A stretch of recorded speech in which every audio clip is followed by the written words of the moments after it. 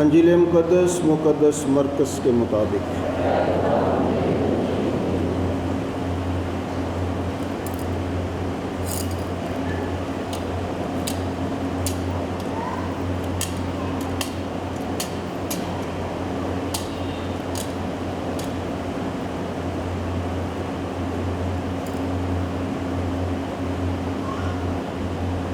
مقدس مرکز رسول کی انجیل اس کا 10واں باب 17 آیت سے 30ویں آیت تک۔ ایک دن یسوع باہر جانے کو تھا، ایک شخص اس کی طرف دوڑا آیا اور اس کے آگے گھٹنے ٹیک کر اس سے پوچھا، اے نیک استاد، میں کیا کروں تاکہ ہمیشہ کی زندگی حاصل کروں؟ یسوع نے اس سے کہا، مجھے نیک کیوں کہتا ہے؟ کوئی نیک نہیں، ایک یعنی خدا۔ تو احکام سے تو واقف ہے، زنا مت کر، خون مت کر، چوری مت کر، جھوٹی گواہی نہ دے، فریب نہ دے، اپنے باپ اور اپنی ماں کی عزت کر۔ اور اس نے اس سے کہا، اے استاد، ان سب پر میں اپنے لڑکپن ہی سے عمل کرتا آیا ہوں۔ تب یسوع نے اس پر نگاہ کر کے اسے عزیز جانا اور اس سے کہا، ایک بات کی تجھ میں کمی ہے، جا اور اپنا سب کچھ بیچ ڈال اور غریبوں کو عطا کر، تو تجھے آسمان پر خزانہ ملے گا، اور آ کر میرے پیچھے ہو لے۔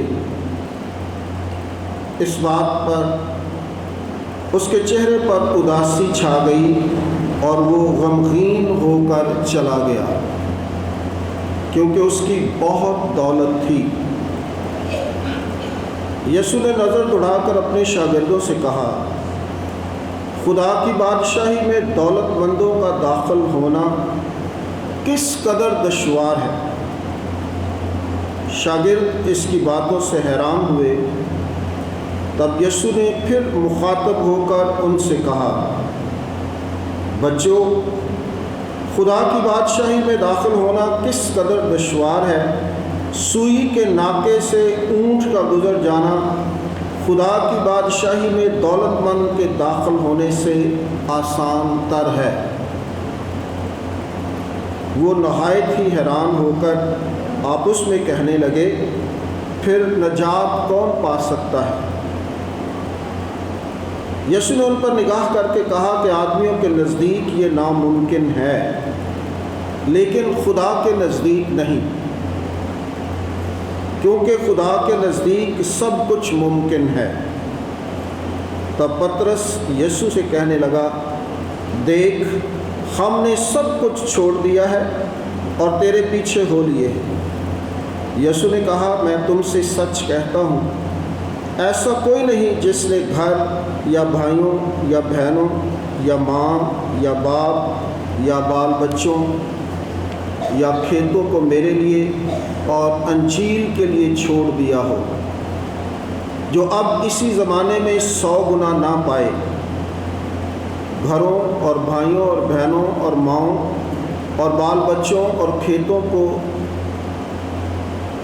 دکھ تکلیف کے سامنے اور آنے والے زمانے میں ہمیشہ کی زندگی۔ پاک انجیل کے وسیلے سے ہم سب کی خطائیں معاف کی جائیں۔ خدا یسوع مسیح میں میرے عزیز بھائی اور بہنوں، تعارف میں آپ نے سنا ہے کہ آج ہم سال کے دوران 28ویں عام اتوار کی پاک عبادت میں شامل ہیں۔ آج کی پہلی تلاوت آپ نے حکمت کی کتاب میں سے سنی ہے۔ ہم خدا کا شکر ادا کرتے ہیں کہ کیتھولک بائبل مقدس میں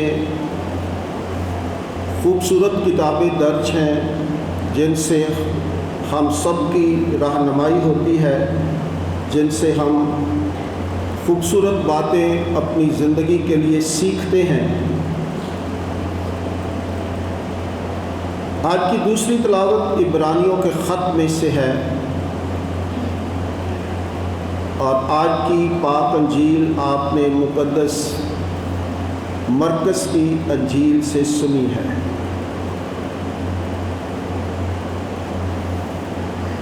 آج کی پہلی تلاوت کے اندر حکمت کی فضیلت کو بیان کیا گیا ہے، حکمت کی اہمیت کو بیان کیا گیا ہے، اور حکمت کی افضلیت کو بیان کیا گیا ہے کہ یہ تمام باتوں سے افضل تر ہے۔ آج کی دوسری تلاوت میں کلام مقدس کی فضیلت پر دھیان و بیان کیا گیا ہے کہ خدا کا کلام ایک مسیحی مومن کی زندگی میں کتنی اہمیت رکھتا ہے۔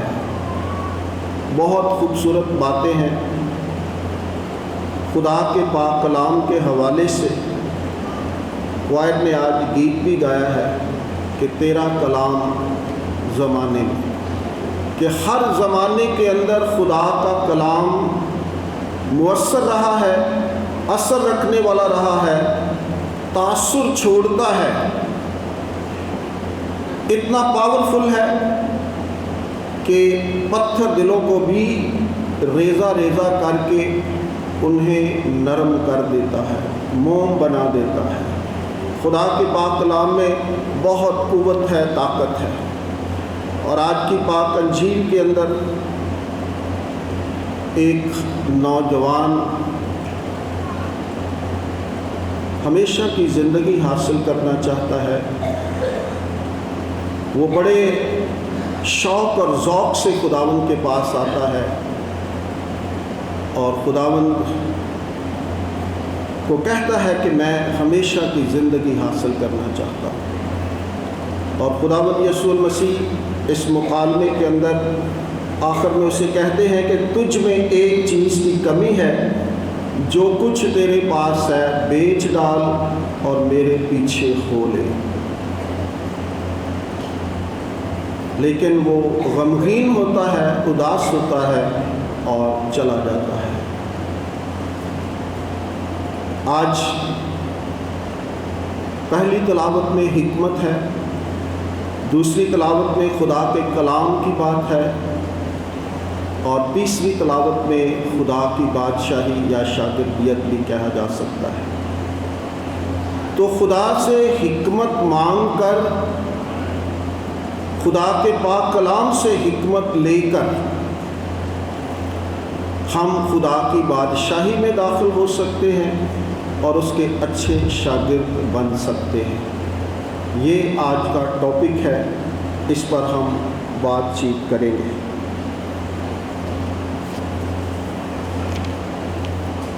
حکمت، خدا کا کلام اور خدا کی بادشاہی، یہی ہماری مسیحی زندگی کی پہلی ترجیح اور بنیاد ہے۔ جس طرح میں نے آج آپ کو بتایا ہے کہ تینوں تلاوتوں کے اندر ایک خوبصورت ربط ہے، ایک خوبصورت تسلسل ہے، ایک خوبصورت کڑی سے کڑی ملتی ہے کہ سب سے پہلے حکمت، جس کی آج بہت زیادہ تعریف کی گئی ہے۔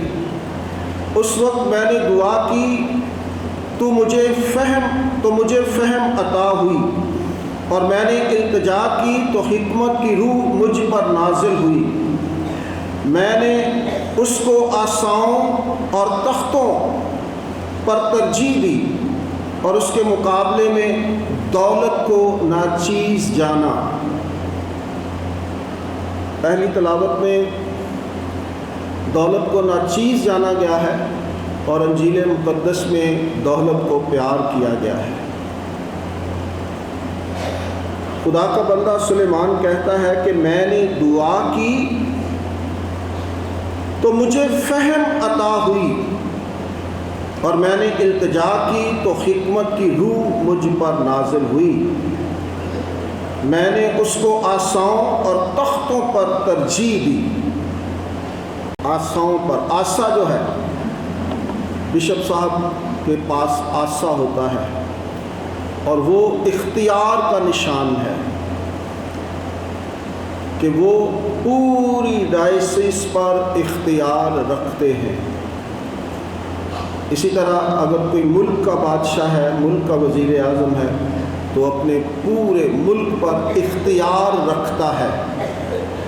اور سلیمان کہتا ہے کہ میں نے آساؤں کو حقیر جانا ہے، مجھے کوئی ضرورت نہیں کسی اختیار کی کہ میں لوگوں پر حکمران رہوں۔ آساؤں کو ترجیح نہ دی گئی، بہت بڑی بات ہے۔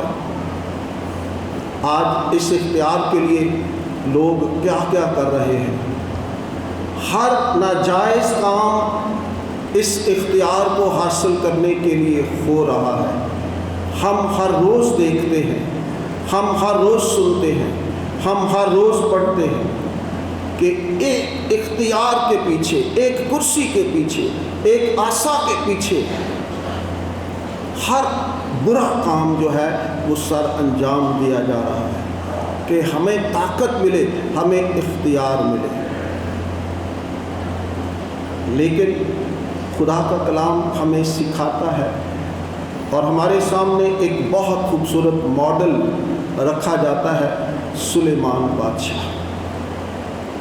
وہ اس اختیار کو ناچیز جان رہا ہے، وہ اس کا بالکل سمجھتا ہے کہ یہ میرے لیے کچھ بھی نہیں ہے۔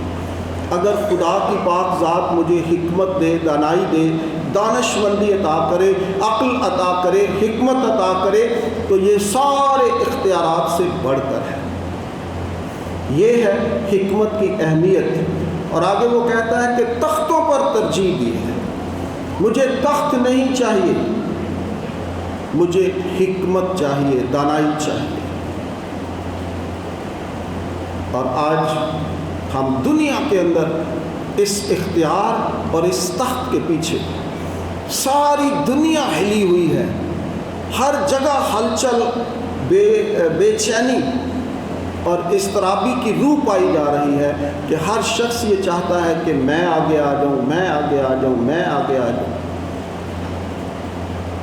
اور آج خدا کا کلام ہمیں سکھاتا ہے کہ یہ ساری چیزیں کوئی اہمیت نہیں رکھتی۔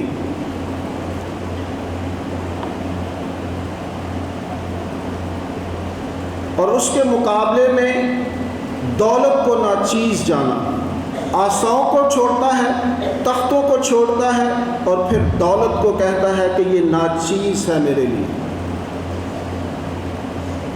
آج کے اس دور میں دولت کو خدا سمجھا جا رہا ہے، دولت کی طرف دوڑیں لگی ہوئی ہیں، اکٹھا کرنا ایک زندگی کا معمول بن گیا ہے کہ جتنی دولت ہوگی اتنا ہم بہتر ہوں گے، اتنی ہماری محافظت ہے، اتنی ہی ہمارا سٹیٹس ہے، اتنا ہی ہم بہتر ہیں۔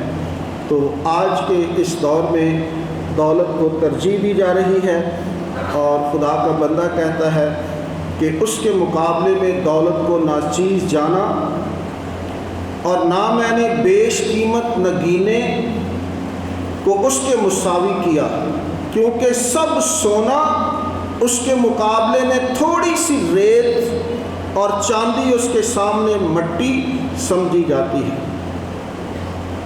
یعنی دنیا کی ساری قیمتی چیزیں آج کی اس تلاوت میں، آج کی اس پاک اقتباس کے اندر بیان کی گئی ہیں، جن کے لیے ہم دوڑ رہے ہیں، جن کو دیکھ کر منہ میں پانی آ جاتا ہے، جن کے لیے ہم زیادہ سے زیادہ تگ و دو کر رہے ہیں، کوشش کر رہے ہیں کہ یہ چیزیں ہمیں مل جائیں۔ سونا، چاندی، دولت، نگینے، وہ کہتا ہے کہ ان کی تو کوئی حیثیت ہی نہیں ہے۔ یہ تو کوئی معنی نہیں رکھتے۔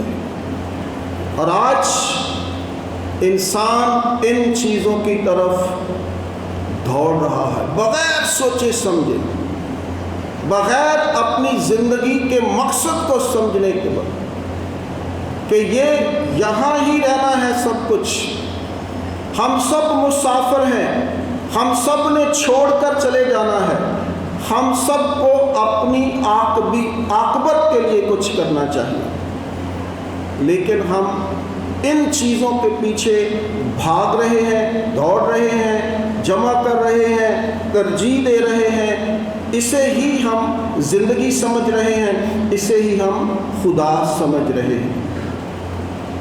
وہ کہتا ہے کہ نگینے جو ہیں، سونا جو ہے وہ ریت کی مانند ہے اور چاندی اس کے سامنے مٹی سمجھی جاتی ہے، اور میں نے اس کو تندرستی اور خوبصورتی سے زیادہ پیار کیا۔ تندرستی اور خوبصورتی سے بھی حکمت کو زیادہ پیار کیا گیا ہے۔ بے شک تندرستی کہتے ہیں 1000 نعمت کے برابر ہوتی ہے، لیکن یہاں پر وہ کہہ رہا ہے کہ تندرستی اور خوبصورتی بھی میرے لیے کوئی معنی نہیں رکھتی۔ اب اگر خوبصورت رہ کر میں نے غلط کام کرنے ہیں تو اس خوبصورتی کا کیا فائدہ ہے؟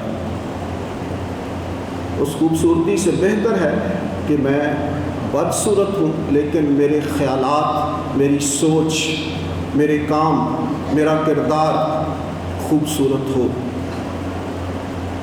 تو اس لیے آج کی یہ خوبصورت تلاوت میں دنیا کی تمام ان چیزوں کو ایک مٹھی میں بند کر دیا گیا ہے، اور اس کی ان چیزوں کو ایک طرف اور حکمت کو ایک طرف کھڑا کر دیا گیا ہے، اور کہا گیا ہے کہ ان ساری چیزوں کے مقابلے میں حکمت اور دانائی جو ہے وہ ہمارے لیے افضل ہے۔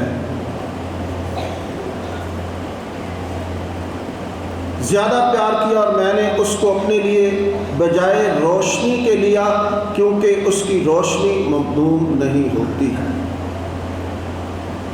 سلیمان کہہ رہا ہے کہ میں نے اسے روشنی کی طرح دیکھا ہے، کیونکہ اس کی روشنی مدم ہی نہیں ہوتی۔ اور ہم کہتے ہیں کہ خدا کا کلام ہمارے قدموں کے لیے چراغ اور ہماری راہ کے لیے روشنی ہے، اور یہ وہ روشنی ہے جس کو ہم نے حاصل کرنا ہے۔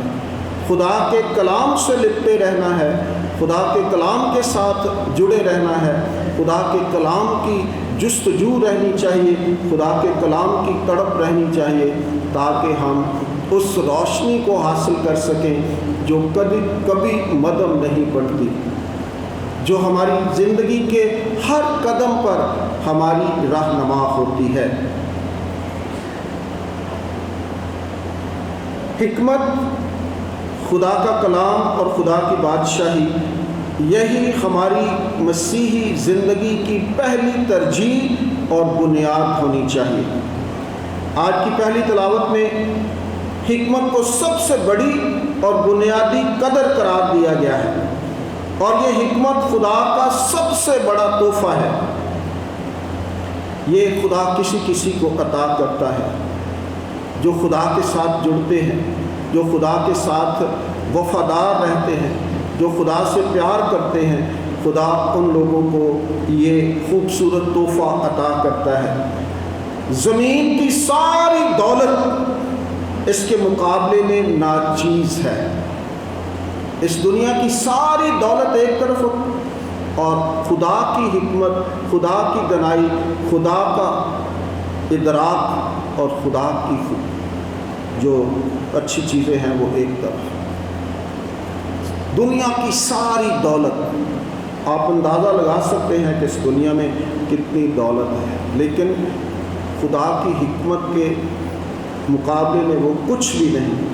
اگر ساری دنیا کی دولت مل جائے تو آپ کے پاس حکمت نہیں ہے تو وہ کچھ بھی نہیں ہے۔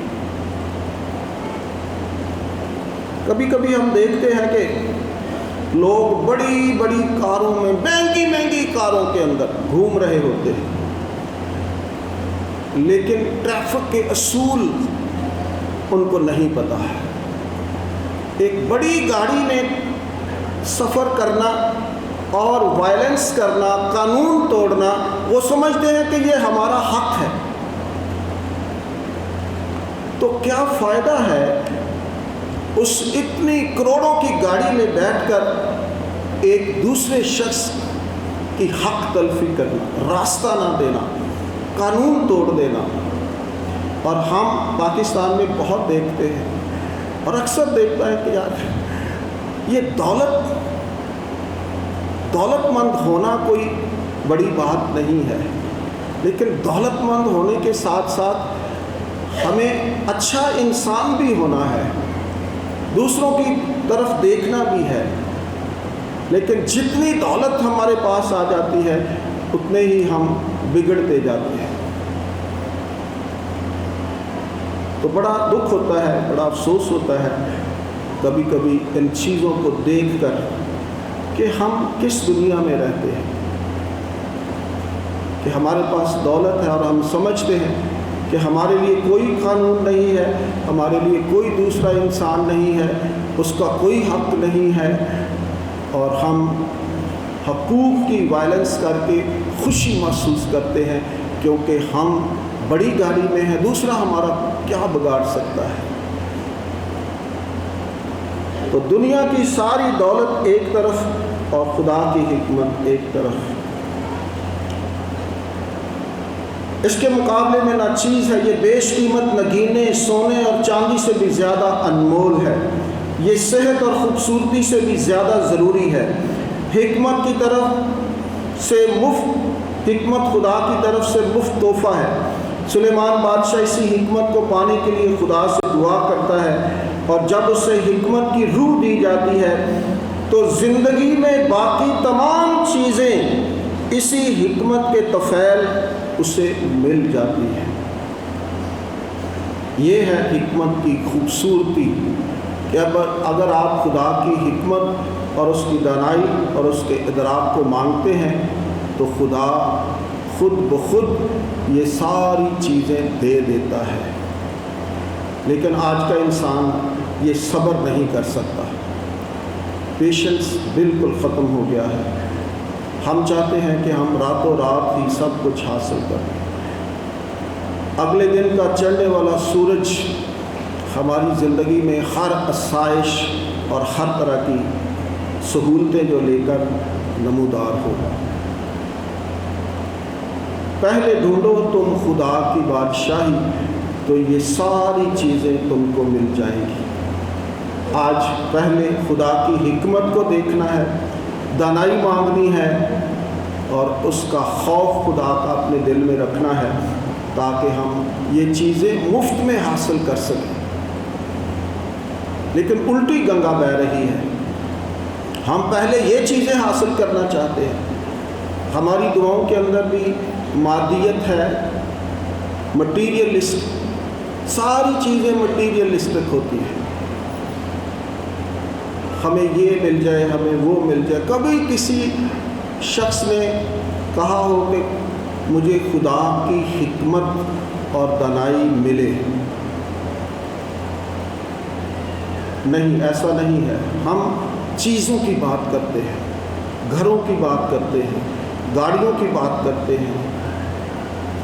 کبھی ہم نے خدا کی حکمت کو اپنی دعا کا حصہ نہیں بنایا کہ اے رحیم مہربان خدا مجھے اپنی حکمت اور دانائی عطا کر، تاکہ میں اپنی زندگی بھی خوبصورتی کے ساتھ گزار سکوں اور دوسروں کی زندگیوں کو بھی خوبصورت بنا سکوں۔ تو جب ہماری زندگی میں یہ بات ہوگی تو یقیناً ہماری زندگی مختلف ہوگی، ہماری زندگی دوسروں سے بہتر ہوگی۔ تو آئیں آج خدا کا کلام، خدا کا بندہ جو ہمارے لیے رول ماڈل ہے، سلیمان کی حکمت، پوری دنیا اس حکمت کو مانتی ہے، اس حکمت کی بات کرتی ہے، اس حکمت کا چرچا کرتی ہے، اور خدا کے اس خوبصورت کلام کو مانا جاتا ہے۔ پوری دنیا سلیمان کی حکمت کو مانتی ہے۔ اس دور میں بھی لوگ بادشاہ دوسرے ممالک سے آ کر اس سے فیصلے کرواتے تھے اور اس کی حکمت مشہور تھی۔ آج بھی اس کی حکمت کی ہم بات چیت کرتے ہیں، خدا کے کلام کی بات کرتے ہیں، اور اس کتاب کو خدا کے کلام کا حصہ بنایا گیا ہے تاکہ ہم بھی حکمت مانگیں، دانائی مانگیں، عقل مانگیں، خدا کے حضور جھکیں اور کہیں کہ اے خدا مجھے اپنی حکمت عطا فرما تاکہ میں دوسروں کے لیے کچھ کر سکوں۔ یہی مسیحی زندگی کا اولین فرض ہے کہ ہم نے دوسروں کی زندگیوں کو بہتر بنانا ہے۔ یسوع ہمارے لیے رول ماڈل ہے کہ وہ اپنے لیے نہیں سوچتا بلکہ دوسروں کے لیے سوچتا ہے۔ آج کی دوسری تلاوت جو عبرانیوں کے خط میں سے آپ نے سنی ہے، میں اولین قدر خدا کا کلام ہے جو ہر ایک مسیحی کی اولین ترجیح ہونی چاہیے۔ خدا کا کلام زندہ اور متحرک ہے اور ہر ایک چیز اور ہر ایک دو دھاری تلوار سے تیز ہے۔ وہ نفس اور روح اور بند اور گودے کو جدا کر کے گزر جاتا ہے اور قلب کے خیالوں کو اور ارادوں کو بھی جانچتا ہے۔ خدا کے کلام کی قوت بائبل مقدس کا پسندیدہ موضوع ہے۔ خدا کے کلام کی جو قوت اور طاقت ہے وہ بائبل مقدس کا خوبصورت اور پسندیدہ موضوع ہے کہ ہم خدا کے کلام کی قوت کو بیان کرتے ہیں، اس کی تشریح کرتے ہیں، اس کو بیان کرتے ہیں کہ وہ مؤثر ہے، وہ قوت والا ہے، وہ قوی ہے، وہ طاقتور ہے، وہ تلوار سے کہیں زیادہ تیز ہے، جو انسان کے بند اور گودے کو چیر کر گزر جاتا ہے۔ اور خدا کا کلام ہماری زندگیوں میں سرایت کرنا چاہیے تاکہ ہماری زندگیاں جو ہیں وہ روز بروز بہتر ہوں۔ اگر خدا کے کلام کو مطالعہ نہیں کیا جاتا، اگر خدا کے کلام کی باتوں کو زندگی کا حصہ نہیں بنایا جاتا، اگر خدا کا کلام ہماری زندگی میں سرایت نہیں کرتا، اگر خدا کا کلام ہمارے خون کے خلیوں میں جگہ نہیں پاتا، اگر ہمارے جسم کے اندر دوڑنے والے خون کے اندر یسوع کے کلام کی خوشبو نہیں ہے، تو پھر ہمارا مسیحی ہونا سوالیہ نشان ہے۔ خدا کا کلام بہت خوبصورت ہے، بہت تیز تر ہے، بہت قوی ہے، بہت اثر رکھنے والا ہے، تاثر چھوڑنے والا ہے۔ اور اشعیاء نبی اس کے بارے میں بڑی خوبصورت بات کرتے ہیں۔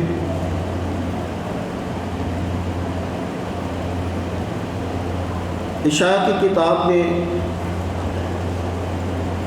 لکھا ہے کہ جس طرح سے آسمان سے بارش ہوتی ہے اور برف پڑتی ہے اور پھر وہاں واپس نہیں جاتی بلکہ زمین کو سیراب کرتی اور اس کی رویدگی کا باعث بنتی تاکہ بونے والے کو بیج اور کھانے والے کو خوراک ملے، ایسا ہی میرا کلمہ ہے جو میرے منہ سے نکلتا ہے، وہ میرے پاس بیکار واپس نہ آئے گا بلکہ جو میں چاہوں گا اس کو پورا کرے گا، اور جس بات کے لیے میں نے اسے بھیجا اس میں کامیاب ہوگا۔ تو جس طرح خدا کا بندہ اشعیاء نبی جو ہے وہ خدا کے کلام کو بارش سے تشبیہ دیتا ہے کہ جس طرح زمین پر بارش پڑتی ہے اور وہ اپنا اثر دکھائے بغیر نہیں رہتی، وہ رویدگی کا باعث بنتی ہے، وہ زرخیزی کا باعث بنتی ہے، وہ خوبصورتی کا باعث بنتی ہے، وہ پلیوشن کو ختم کرنے کا باعث بنتی ہے، بہت ساری باتیں ایک بارش کی وجہ سے اور کہا گیا ہے کہ ایسا ہی میرا کلمہ ہے، ایسا ہی میرا کلام ہے، وہ کبھی بے تاثیر میرے پاس واپس نہیں آئے گا، اور جو میں چاہتا ہوں وہ پورا ہوتا ہے۔ اس لیے خدا کا کلام جو ہے وہ یقیناً ہماری زندگیوں کو بدلنے کا ایک بہت بڑا ذریعہ ہے۔ تو جب تک ہم اس کلام سے واقفیت نہیں رکھتے، جب تک ہم اس کلام کو پیار نہیں کرتے، اس وقت تک ہماری زندگیوں میں خدا کے کلام کی باتیں جو ہیں وہ اثر نہیں رکھتی۔ اسے بھیجا گیا اس میں کامیاب ہوگا۔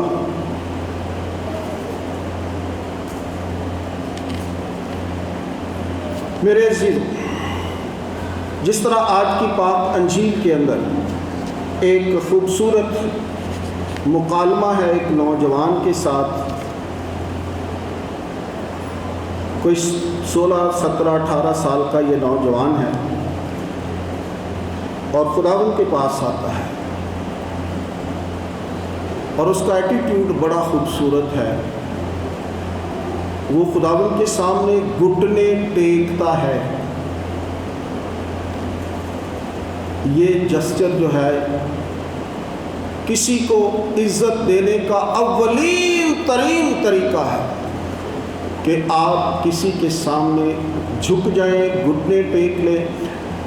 تو اس جسچر سے یہ بات ظاہر ہوتی ہے کہ وہ خداوند یسوع المسیح کو بہت اعلیٰ ترین استاد سمجھتا ہے۔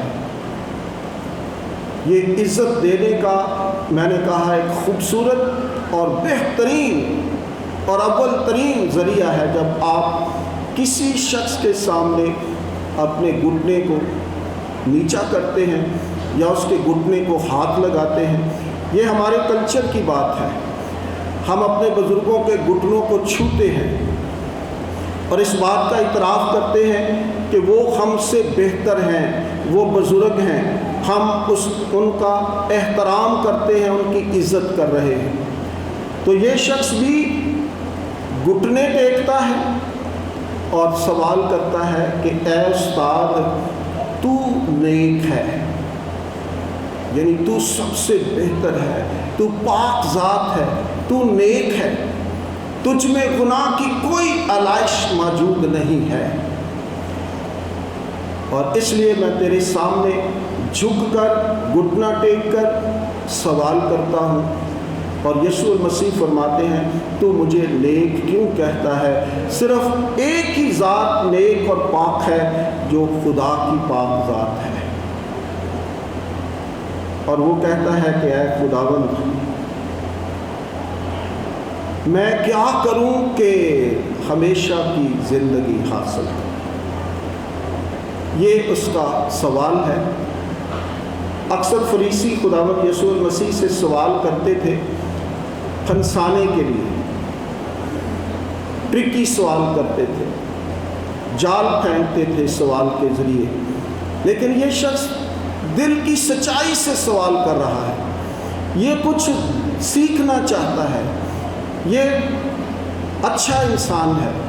اور جب خداوند یسوع المسیح نے اس سے کہا کہ تو خدا کے حکموں کو کیسے سر انجام دیتا ہے، جس کی آج بات کی گئی ہے،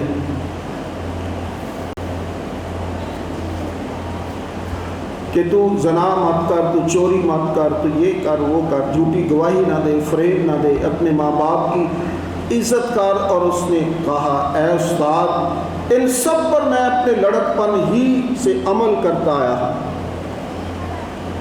بڑا خوبصورت نوجوان ہے۔ آج کے ہمارے نوجوانوں کا اگر مقابلہ کیا جائے تو آج کل ہمارے نوجوان کیا کر رہے ہیں؟ کیا وہ خدا کے نزدیک ہیں؟ کیا وہ خدا کے حکموں پر عمل کرتے ہیں؟ کیا وہ چرچ آتے ہیں؟ کیا وہ خدا کا کلام پڑھتے ہیں؟ کیا وہ خدا کو محبت کرتے ہیں؟ ایک بڑا ڈفرینس ہے، بہت ڈفرینس ہے۔ لیکن یہودی لوگ جو ہیں وہ اپنی شریعت کو بچپن ہی سے اپنی ایک قوت اور طاقت سمجھتے تھے. وہ سمجھتے تھے کہ اس کے بغیر ہماری زندگی ادھوری ہے. اور مائیں وہ شریعت ان کے ذہن میں ڈال دیتی تھی. ماں کا بڑا کردار ہے. یہودی ماں بہت عظیم ہے اور وہ اپنے بچوں کے اندر شریعت کو کوٹ کوٹ کر بھر دیتی تھی. اور اس لیے وہ کہتا ہے کہ اے خداوند یہ باتیں تو میں لڑکپن سے ہی کرتا آ رہا ہوں، سر انجام دے رہا ہوں. اور یسوع المسیح نے اسے عزیز جانا. عزیز جاننے کا مطلب ہے اس پر نگاہ کر کے اسے عزیز جانا کہ یہ شخص بہتر ہے، اچھا ہے اور کچھ کرنا چاہتا ہے. اور خداوند یسوع المسیح کا اس کے لیے محبت کا بہت بڑا منصوبہ تھا. خداوند نے نگاہ کر کے اسے عزیز جانا اور اس سے کہا ایک بات کی تجھ میں کمی ہے، جا اور اپنا سب کچھ بیچ ڈال اور غریبوں کو عطا کر تو تجھے آسمان پر خزانہ ملے گا، اور آ کر میرے پیچھے ہو لے. اس بات پر اس کے چہرے پر اداسی چھا گئی اور وہ غمگین ہو کر چلا گیا کیونکہ اس کی بہت دولت تھی. بہت دولت تھی. سارا کچھ ٹھیک ہے، ہر بات وہ بہتر کر رہا ہے، لیکن خدا کی بادشاہی میں داخل ہونے کے لیے دولت جو ہے وہ آڑے آ گئی ہے، ہنڈرس بن گئی ہے، رکاوٹ کا باعث بن گئی. اور کہتے ہیں، لکھا ہے کہ وہ غمگین اور اداس ہو کر، اداسی چھا گئی اور غمگین ہو کر چلا گیا. ظاہر ہے وہ زندگی کے بانی کو چھوڑ رہا ہے، اس کے حکم کی تکمیل نہیں کر رہا، تو پھر اداسی ہی اداسی ہے، پھر پریشانی ہی پریشانی ہے. جب ہم خداوند یسوع المسیح سے ناطہ توڑ کر کسی دوسری زندگی کا راستہ اختیار کر لیتے ہیں تو پھر ہم پریشانیوں میں گھر جاتے ہیں.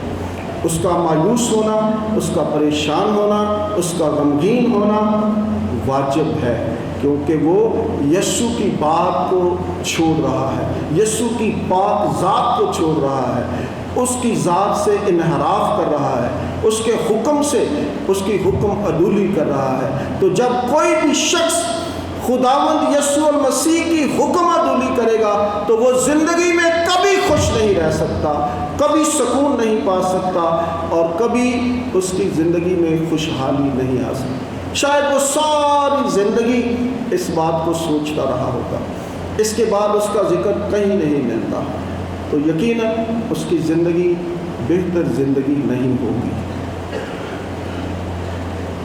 آج ہمارے لیے بھی بہت بڑا کویسچن ہے کہ ہم کس طرح سے خدا کے حکموں کو مانتے ہیں، کس طرح سے خدا کی باتوں کو لیتے ہیں. بہت بڑی بات ہے. آج سوچنے کی ایک مقام ہے کہ ہماری زندگی کیسی ہے. کیا ہم خدا کے شاگرد بننا چاہتے ہیں؟ کیا ہم خدا کی پیروی کرنا چاہتے ہیں؟ کیا ہم خدا کی بادشاہی میں داخل ہونا چاہتے ہیں؟ اگر ہونا چاہتے ہیں تو پھر ہمیں کچھ کرنا ہوگا. اپنی دولت میں سے، اپنی دی ہوئی اس کی نعمتوں میں سے، اس کے دیے ہوئے میں سے دینا ہوگا، کیونکہ آگے جا کر خداوند یسوع المسیح فرماتے ہیں کہ اونٹ کا سوئی کے ناکے میں سے گزر جانا آسان تر ہے، لیکن دولت مند کا خدا کی بادشاہی میں داخل ہونا دشوار ہے. بڑی خوبصورت مثال ہے جو آسانی سے سمجھ میں آ جاتی ہے کہ کتنا مشکل کام ہے، دشوار کام ہے خدا کے پیچھے چلنا، خدا کی بادشاہی میں داخل ہونا، اور خاص طور پر ایک دولت مند کے لیے. خداوند یسوع المسیح دولت کو برا نہیں کہتے. دولت ہماری ضرورت ہے اور رہے گی، اس کے بغیر کچھ بھی نہیں ہوتا. اور خاص طور پر ہمارے ملک کے پاکستان میں دولت بہت ضروری ہے۔ یہاں پر جائز کام کے لیے بھی آپ نے پیسے دینے ہیں اور ناجائز کے لیے تو دینے ہی دینے ہیں، تو ہر جگہ ہمیں ضرورت ہے۔ تو یسوع المسیح دولت کو برا نہیں کہتے، بلکہ اس کے تصرف کو برا، کہ جب آپ بڑی بڑی دوسری چیزوں میں خرچ کر دیتے ہیں اور غریبوں کا خیال نہیں رکھتے، غریبوں کا خیال نہیں رکھتے۔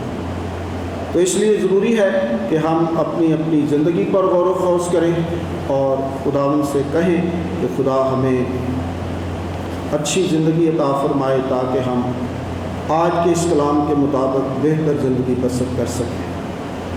میرے عزیز بھائیوں اور بہنوں، ہم دیکھتے ہیں کہ پیسہ ہمیں نہیں بچا سکتا،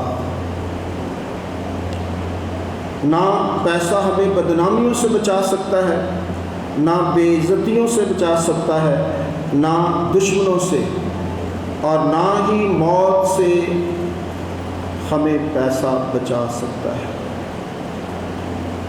تو اگر یہ ہمیں بچا نہیں سکتا تو اس کا کیا فائدہ ہے؟ کیا فائدہ ہے؟ پھر پیسہ کیا کرتا ہے؟ جو دولت ہے وہ کیا کرتی ہے؟ اگر ہمارے پاس بہت دولت ہے تو اگر یہ ہمیں بدنامیوں سے نہیں بچا سکتی، بے عزتیوں سے نہیں بچا سکتی، دشمنوں سے نہیں بچا سکتی، موت سے نہیں بچا سکتی، تو پھر یہ کیا کرتی ہے؟ پیسہ کیا کرتا ہے؟ میرے عزیزو، یہ صرف نگاہ کو آسودہ کرتا ہے۔ آپ کی نگاہ جو ہے وہ آسودگی اختیار کرتی ہے، اور یہ آسودگی دل کو مردہ کر دیتی ہے، یہ دل کو مردہ کر دیتی ہے،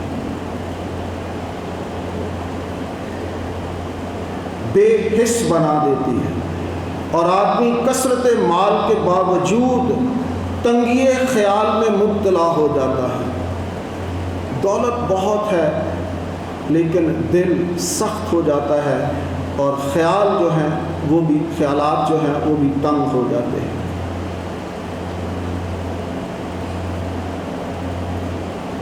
یہ تنگی خیالات میں مبتلا کر کے اذیت ناک انجام سے دوچار کر دیتی ہے۔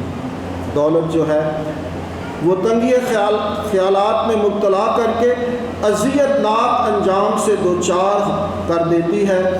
امیر اور غریب، اب دونوں ایک طرف امیر ہیں ایک طرف غریب ہیں، امیر اور غریب دو طرز حیات ہے، یہ دو طرح کی زندگی ہے۔ کچھ لوگ امیر ہیں، ہر آسائش موجود ہے اور بڑی خوبصورتی سے، بڑی بہتری سے زندگی گزار رہے ہیں، اور دوسری طرف امیر ہیں جو ہر روز خدا سے دعا کرتے ہیں کہ اے خدا آج کا دن ہم نے کیسے گزارنا ہے۔ تو یہ دو طرح کی زندگی ہے، دو طرح کی حیات ہے، دو طرح کے طبقے ہیں جو اس دنیا میں پائے جاتے ہیں، دو مزاج ہیں، دو مختلف قسم کی عطائیں ہیں۔ ایک کو خدا نے بہت دے دیا اور دوسرے کو بہت کم دے دیا۔ دو طرح کی عطائیں ہیں، دو طرح کے مزاج ہیں، دو طرح کی زندگیاں ہیں، دو مختلف رنگوں کے جلوے ہیں۔ آپ دنیا میں دو طرح کے یہ جلوے دیکھتے ہیں۔ جب آپ باہر جاتے ہیں تو کتنے لوگ آپ سے سوال کرتے ہیں کہ بھائی جان، چچا جی، انکل جی، ہمیں کچھ دو، بے شمار ملک میں مانگنے والے ہیں۔ تو یہ دو طرح کے جلوے ہم دیکھتے ہیں اس دنیا کے اندر۔ انسانوں کو امیر غریب کی تقسیم میں نہیں پھنسانا چاہیے، نہ پھنسایا جا سکتا ہے۔ ہم یہ کہہ سکتے ہیں کہ امیر اور غریب کی تقسیم کو یوں دیکھا جائے کہ امیر اچھے بھی ہوتے ہیں اور برے بھی، اسی طرح غریب اچھے بھی ہوتے ہیں اور برے بھی۔ تو ہر انسان کے اندر خوبیاں بھی ہیں اور خامیاں بھی ہیں، چاہے وہ امیر ہو چاہے وہ غریب ہو۔ تو استدعا ہے، دعا ہے کہ خدا برا امیر اور برا غریب ہونے سے بچائے۔ اگر آپ امیر ہیں تو خدا سے دعا مانگیں کہ اے خدا بندہ میری ساری برائیاں جو ہیں وہ مجھے معاف کر اور مجھے اچھی زندگی عطا فرما۔ اور اگر کوئی غریب ہے تو اسے بھی یہ دعا کرنی چاہیے، کیونکہ خدا برے امیر اور برے غریب ہونے سے بچائے۔ خدا اس وقت سے بچائے، غریب کے ساتھ ہمدردی کرو، جو آج کی پاک انجیل کا نقطہ عروج ہے کہ غریب کے ساتھ ہمدردی کرو، اس سے پہلے کہ غریب آپے سے باہر ہو جائے، اس کا صبر پیمانے سے باہر آ جائے، آپے سے باہر ہو جائے، اس کی غریبی کو ٹالنے کی کوشش نہ کی جائے، اس کی غریبی کو ٹالنے کی کوشش نہ کی جائے، اس کا خیال کیا جائے۔ بڑوں کی خدمت کرنے کی بجائے چھوٹے چھوٹے لوگوں کی چھوٹی چھوٹی ضروریات پوری کر دی جائے۔ اور ہم اکثر بڑوں کے آگے پیچھے ان کی چاپلوسی، ان کی خوش آمدیں کر کر کے ہم تھک جاتے ہیں، لیکن اصل بات جو ہے، جو ضرورت ہے وہ یہ ہے کہ چھوٹے چھوٹے لوگوں کی چھوٹی چھوٹی ضرورتیں پوری کر دی جائیں۔ ان کے کچن سے دھویں اٹھیں، ان کے کچن سے بھی خوشبوئیں اٹھیں، ان کے دسترخوانوں پر بھی خدا کا شکر ادا کرنے کا موقع موجود ہو۔ غریب کو خدا کے لیے صرف نصیحت نہ دو، مقدس یعقوب رسول بھی یہ بات کرتے ہیں، غریب کو خدا کے لیے صرف نصیحت نہ دو، اسے کلمے نہ پڑھاؤ، اس کا دکھ بانٹو، اس کا غم بانٹو۔